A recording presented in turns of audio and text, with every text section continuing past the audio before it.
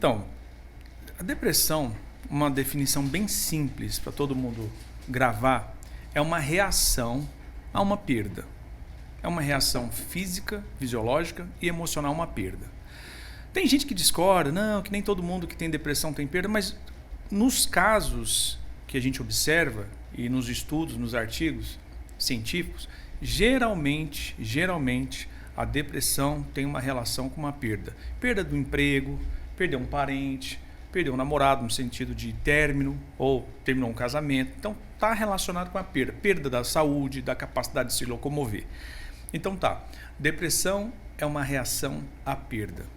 Por exemplo, ansiedade, para fazer um paralelo, é uma reação a uma ameaça de perda. Muita gente está ansioso hoje, não está? Por conta da política, seja do partido A ou do partido B. Porque se o meu político perder, aí fica com essa ansiedade. Por quê? Porque tem uma ameaça no futuro. Então, para você entender bem, a depressão tem uma relação com o passado. E a ansiedade tem relação com o futuro. Então, o que a depressão é? É uma reação fisiológica e emocional a uma perda. Agora, se você me perguntar o que causa a depressão, aí já é outra história. Aí cada grupo responde de um jeito. Se você, por exemplo, chegar num psicanalista, vocês podem me interromper, tá? Pode me perguntar. Se você chegar num psicanalista e perguntar assim, psicanalista, o que é depressão? Qual é a causa da depressão? Ele vai dizer o seguinte, ele vai dizer que a causa da depressão é uma ira que eles chamam de ira retroflexa ou ira internalizada. Eu estou falando aqui mais dos psicanalistas ligados a Freud, as teorias de Freud. Por exemplo, uma criança, é a teoria deles, ela tem ali o primeiro rompimento com o objeto do amor dela, que é a mãe dela. Então, por exemplo, a mãe teve que trabalhar, se separou do pai, viajou a criança, percebendo esse rompimento entre ela e o objeto do amor dela, ela começa a sentir raiva, mas não da mãe dela mesma. Quando essa criança cresce, se torna uma adulta, e ela perde emprego, perde um amor da vida dela, perde a saúde, ela se sente de novo nessa mesma situação da infância.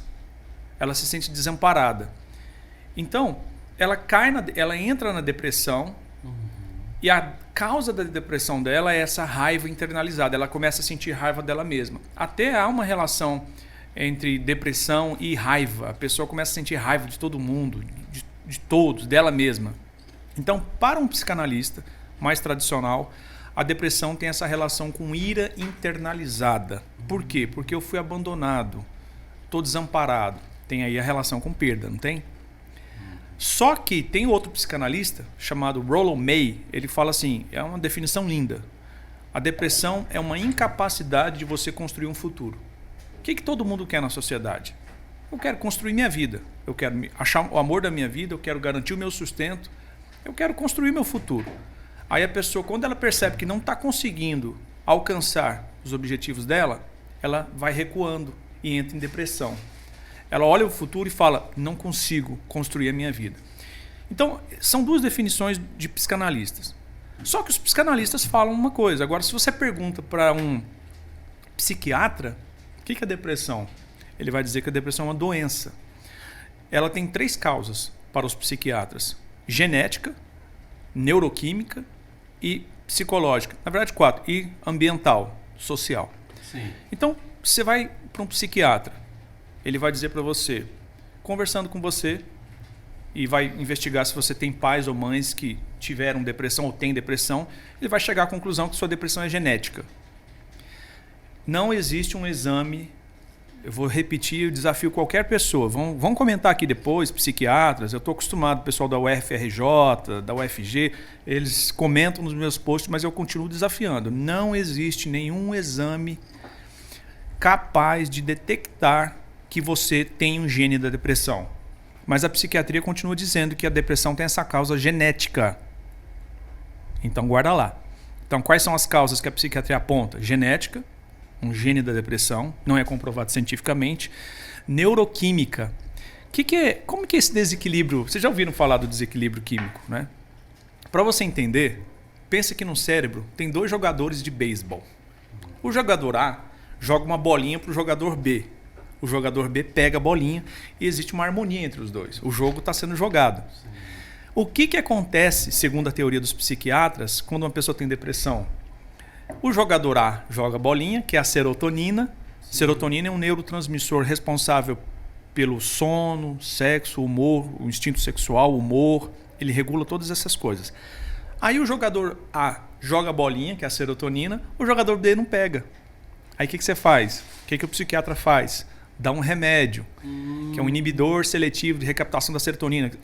É uma droga para fazer o jogador A jogar muita bolinha e o jogador B vai pegar a bolinha toda hora. Aí a pessoa vai sentir o quê? Eufórica. Sim. O êxtase, a cocaína e outras drogas fazem a mesma coisa que o antidepressivo faz. Ele aumenta o nível de serotonina no cérebro. E entre um neurônio e o outro existe uma fenda sináptica. É como um rio. É como um rio. E ali tem muita serotonina nesse rio, porque o antidepressivo vai fazer ter muita serotonina ali, e o outro, o jogador lá do outro lado, vai conseguir pegar muita bolinha, porque a bolinha está passando. E a terceira é o fator social, que o psiquiatra, alguns falam, sim, eu tenho uma crítica contra eles, porque quando eles vão dar entrevista, eles passam a ideia às pessoas que a depressão é uma doença fisiológica e ponto final, tem que tomar remédio. Está depressivo? Remédio. E aí tem a questão ambiental também. Uma pessoa que está vivendo num período de guerra, por exemplo, vai lá na Ucrânia, o número de pessoas tendo depressão lá agora aumentou, claro. É por causa do ambiente. Motivos externos. Agora, cientificamente, o que a psiquiatria fala sobre a depressão é comprovado? Não é. Quem está dizendo isso não sou eu não tenho autoridade para dizer isso. Mas eu, como eu escrevi o livro, 5 anos de pesquisa, eu mostrei que existem psiquiatras que defendem que a depressão não é causada por fatores genéticos e nem serotonina. Saiu um artigo agora no mundo todo dizendo que diz? A ideia de que a depressão é causada por um desequilíbrio químico é mito, não se baseia na ciência, não há provas. Aí um autor diz assim, ele escreveu, esse estudo feito por cientistas da Universidade do Canadá representa o prego no caixão da teoria do desequilíbrio químico. Então, já é passada essa teoria do desequilíbrio químico. Sabe por quê?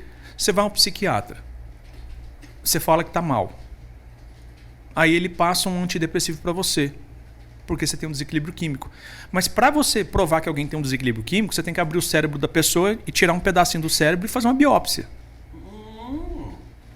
Como é que você vai dizer que o meu cérebro não está funcionando bem, que o meu cérebro está doente, sem fazer um exame no meu cérebro? Não tem como. Então, assim, não existe, eu volto a enfatizar, não existe uma forma de detecção precisa da depressão. Genético. Por exemplo, vai fazer um exame, então, para ver se você tem um gene da depressão, você paga $50 mil nos Estados Unidos. Goiânia nem tem esse aparelho para saber disso. Então, veja bem, o psiquiatra fala que a depressão é uma doença com causas genéticas, biológicas e sociais. O psicanalista diz que tem a ver com a infância. Vai lá para o passado. E o behaviorista? O behaviorista, ele vai dizer o seguinte, a depressão é a ausência de estímulos generalizados.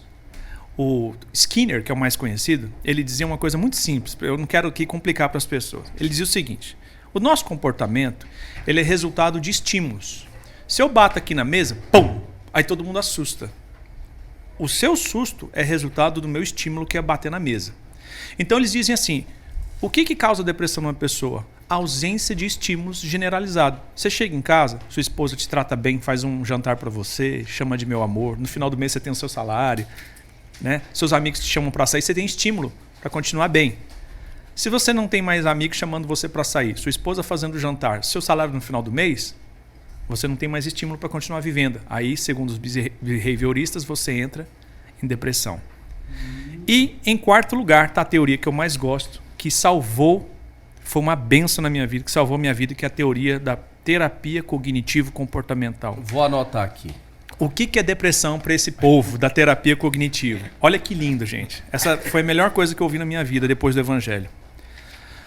A depressão é resultado de raciocínios negativos acolhidos. Raciocínios negativos sobre você, sobre o futuro, sobre o mundo e sobre o outro. Por exemplo, perdi meu emprego. Não é a perda do emprego que faz você ficar deprimido. É a interpretação que você faz da perda. Gente, isso é brilhante. É brilhante. Por exemplo, eu perdi meu emprego, então eu sou um péssimo funcionário. Tá vendo? Raciocínio sobre mim mesmo. Eu nunca mais vou arrumar um emprego. Raciocínio distorcido a respeito do futuro. O mundo é um lugar perverso, injusto. Tiraram o meu emprego depois de tanto tempo. Eu odeio todo mundo. Então, só para finalizar, você viu que existem várias correntes que explicam a depressão de diversas maneiras? Então, o que é depressão? Qual é a causa da depressão? Depende para quem você pergunta. Sim. O psicanalista vai falar que a causa está no passado. O behaviorista vai falar que a causa está no meio. O psiquiatra vai dizer que a causa é interna, ou seja, fisiológica, genética. E o terapeuta cognitivo vai dizer que a causa é puramente psicológica. Você está deprimido não é porque seu cérebro não está funcionando.